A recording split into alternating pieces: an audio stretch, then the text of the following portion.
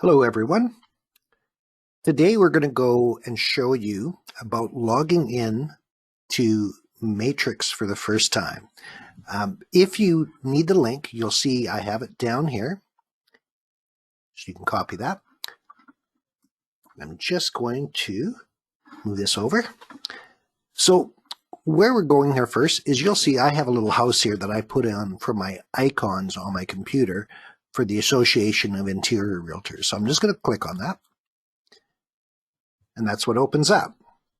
So from here, I'm going to type in my username and my password.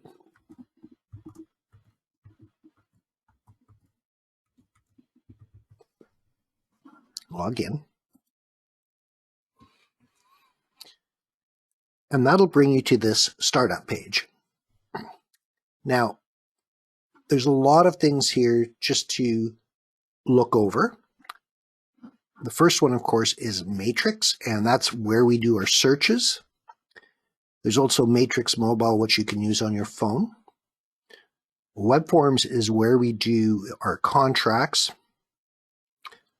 Realtor Link, there's a lot of good information in there. Central Lock is our lockbox key and our lockboxes. Touchbase is used to book appointments. Member Services has things like your education. Autoprop is great for stats and everything like that. Same with the HPI. Interface Express is for looking in other areas, not in the board. And you'll see a few other things here. I'm not going to go through all of the links right now. Okay, so let's just start with the first thing I'm going to do is I'm going to go into Matrix. So I'm going to click on Matrix. Okay, and this is the first screen you'll get. Now, yours may look a little different. That's okay, because what you can do, you can move this stuff around. So for example, I want to move that here. I'll say, oh no, I want to put that up here instead. So there's your hot sheets, and I can change things like I want to see what's happened in the last 7 days, or I want to see what's happened whenever. But I'm just going to use it as 24 hours right now. On this page here, you'll see the market watch. You'll see what's been listed here recently, what's sold, what's listed. You're going to have the areas that for a standard search and everything. The external links are really handy here, and a lot of people don't use them, but there's a lot of good information here. For example, the Professional Standards Manual will have a lot of different clauses in it. The rules and regulations are here. There's the rules of using the trademarks and logos. That would be like the Realtor logo or MLS logo. There will be some stats here and some other information as well. The one here I just want to keep you in mind here is a tech helpline. It's an 800 number that is free for you to use if you're having some computer problems. Okay, so what's going to happen is when I first get in here and I want to do a search, I'm going to go up here and I'm going to go search, for example, residential. I'm dropping it down. I'm going to go over here to where it says quick. Okay, that will open you up to this screen. Once you're here, we're going to we're looking for active listings, things that are out there right now. Now, we're generally going to pick an area. So I'm going to say we're in the central Okanagan. And the sub area, we can pick a lot of different ones here, but let's pick Dilworth Mountain. We'll pick, if I hold control right now, I can hold control and pick another area. So I'll do that. And I'll pick, is there anything else here? I will pick Kettle Valley as well. So 3 different areas that we're looking for. Okay. And we're going to look in a price range here. I'm going to go up here on the right, on the side here. You'll see where the price is. And I'm going to look between 700,000, and that's how you'd write it, 700 dash, and we'll say $1 million. So you notice how I write that as 700 to $1 million. And you'll see that it's 700, 100,000 1 million is that way. You can also do things like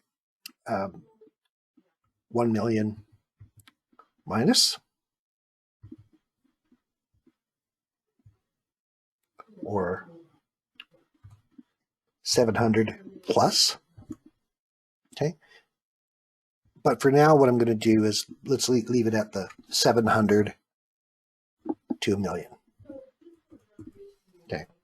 Now, when you see that here, there are 4 matches there. So we only have 4 listings. Now, we can go a little farther. For example, here, we want this to be a single family home. So I'm going to click single family. And then this type of single family home, and you'll see there's some choices here. But we're just looking for a regular single family home. Okay. We can start adding other information here, but that will limit how many places you have. So we could have things like bedrooms. We need 2+ bedrooms. Okay. But we could put in the square footage, everything else like that. I'm going to take this out for now, just simply because there's not that many listings right now. Okay. But you can keep adding that. Okay. Now you can even go further. When you go down lower here, you'll get down to an area here, and you'll see I have a bunch of stuff in here. And if this is your first time on, there'll be nothing in here. But what you can do is you can go to where it says add or remove right here. You click add or remove. Okay.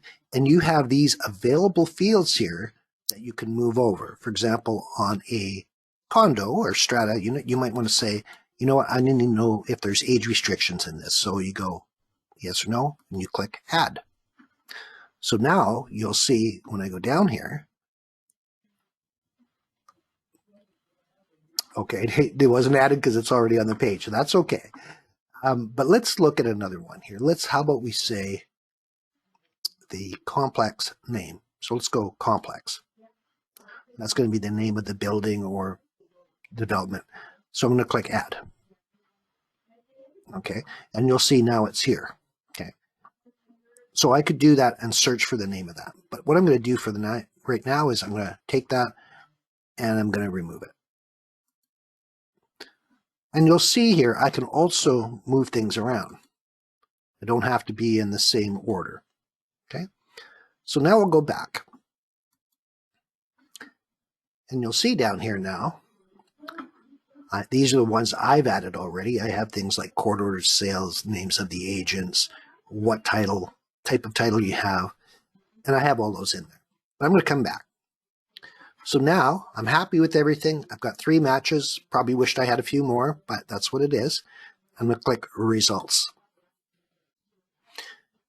And mine defaults to this single line.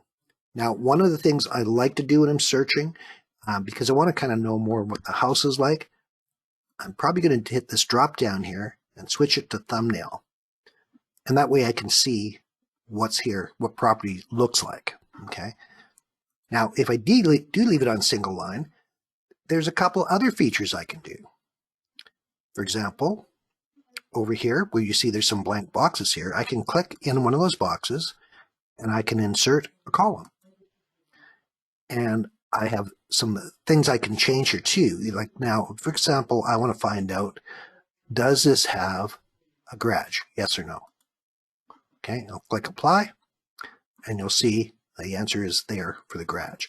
Now I could go further than that. I could say, okay, well, I need to know how big that garage is. So I'll hit another column and I'm going to go back to garage here again and you'll see garage option. We hit apply. So we'll see here now, these are all double garages, okay? So that's something I can do. And you can add a lot of different things that way if you're just searching quick. But for now, all 3 of these, I like the looks of them. Okay, so I'm going to click on one of them here because that's now going to give you a copy of the property here that's listed. And you can see the price range and everything here, or the price there.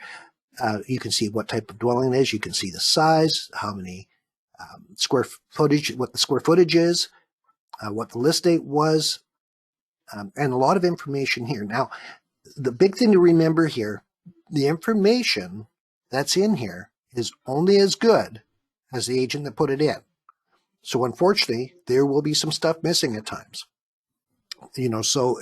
But I ask you to do the best you can in filling this stuff out when you have a listing. It's important. Okay. So that's how you do the basic search.